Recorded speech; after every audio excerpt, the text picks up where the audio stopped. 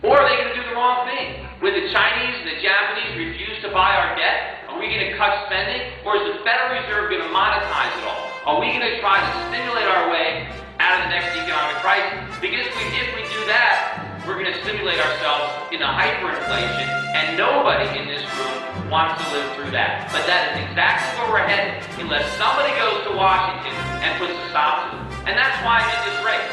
No, I'm interrupting my career. I've never sought public office. I've never held public office. But I understand that our elected officials and career politicians have brought this country to the brink of financial ruin. I don't want to see it go over the edge. I think I'm uniquely qualified to go to Washington and try to educate and convince the rest of Congress to do the right thing. Because so far, everything they've done has been wrong. And not just this Congress, and not just Obama, they were making mistakes under Bush. They still don't understand the real source of the problem. We can't borrow our way out of this crisis. We can't spend our way out of it, and we can't print our way out of it. We need free market economics more than ever before. The only way out of this mess is to save money, produce, and invest.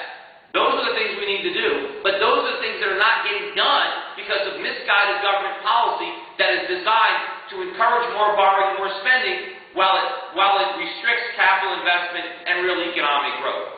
And I think I'm one of the only people that can go to Washington and deliver that message in a way that it will resonate.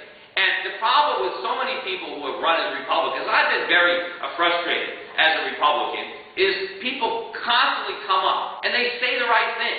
They say they're for smaller government. They say they want to cut taxes. They say they want to cut spending. That's what they say, but that's never what they do.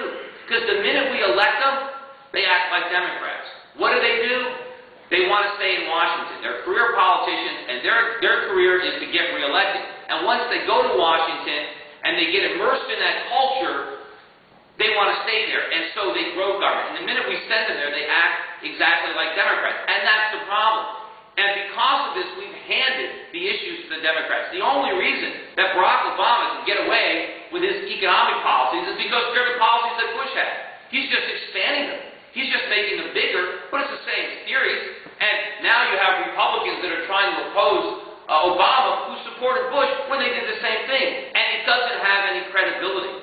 I'm not going to Washington because I want a job there, that I want a career there. I'm going there because I understand the mess that this country is in. And I'm committed to do something about it. So when I go to Washington, if I get elected as a United States Senator, my job is not to get reelected. I don't care if I get reelected. I just need to be there one term, 6 years, because we don't know if we have 6 years. We've got to do the right things, and we've got to do them now.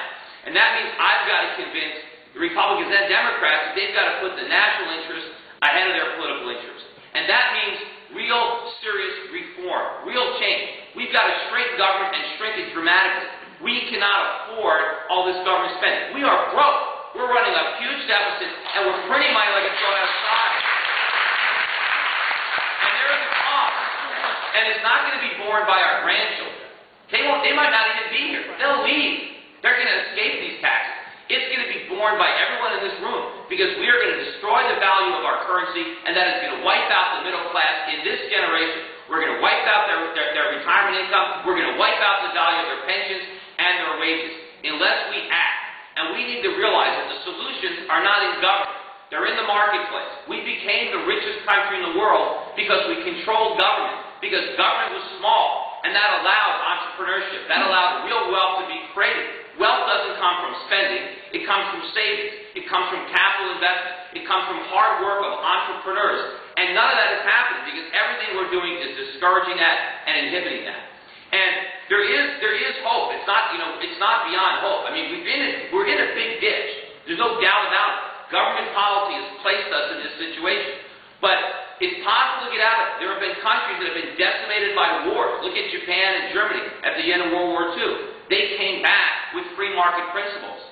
We can do it, but we have to start trying. It's never going to be accomplished if government gets in the way. If government keeps growing and keeps stimulating this economy, they will sedate it to death, and this economy will die from an overdose of government stimulus. Anyway, I'm not sure how long I've been talking, but let me take your questions.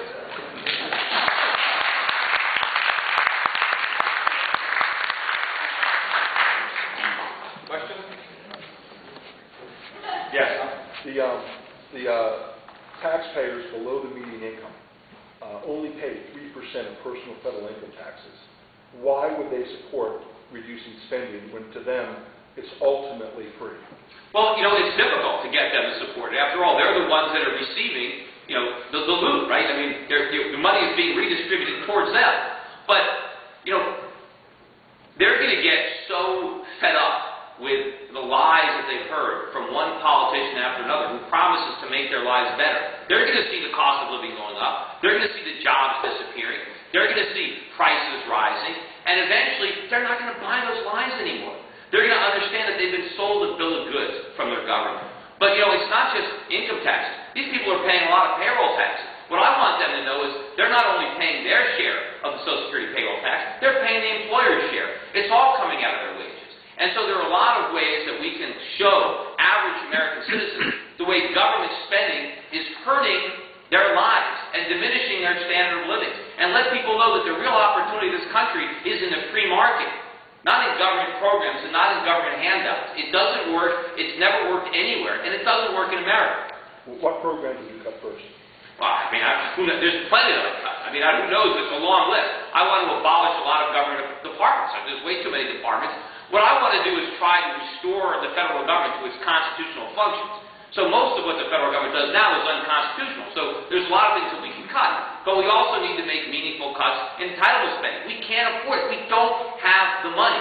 And we can't borrow it because that's worse. Because when we borrow money, now we have to pay taxes and higher taxes for the interest. And if we don't do that and we just print money, then the government steals our purchasing power. So we have to put an end to this spending. And it's not just reducing the rate of increase. We need to actually make real, serious, meaningful cuts in government spending. Because that's the only way our economy can survive. We can't survive with all this government. It's too big. It's too big of a burden. If you really want to talk about economic stimulus, the only stimulus that works is to shrink government. That stimulates the economy. Anything that grows government stifles the economy. Me? Yes. Okay.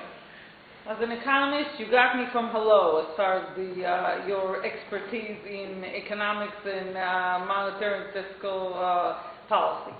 Now, tell me what you think about Iran, and tell me what you think about energy. Well, first of all, on energy, right? I think we should get rid of the Department of Energy because it doesn't produce any energy. It's a waste of money.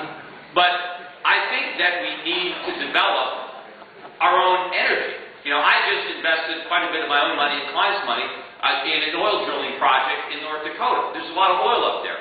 But what I want is government to get out of the way. People always ask, do you believe in nuclear power, or do you think there should be, wind power or solar power? You know what? It's none of the government's business. They don't know. Right. Bureaucrats don't know. No one knows what the right source of energy to develop is. It's the market. We need entrepreneurs guided by profit, by self-interest, and by an invisible hand to make the investments that the market rewards. Because no bureaucrat can central plan. Nobody knows.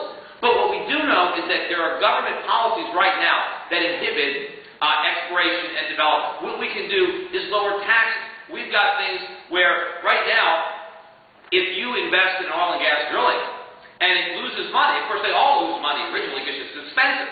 And sometimes if you're just looking for oil, you might not find it. There's a lot of losses.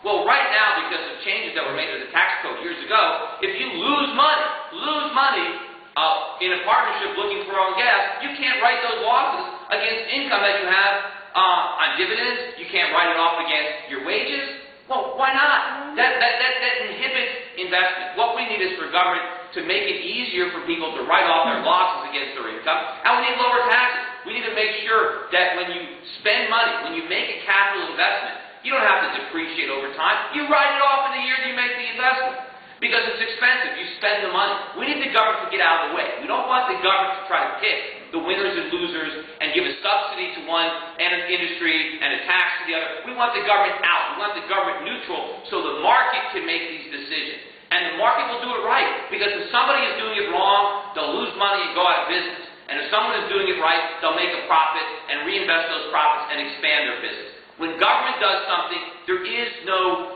guiding hand.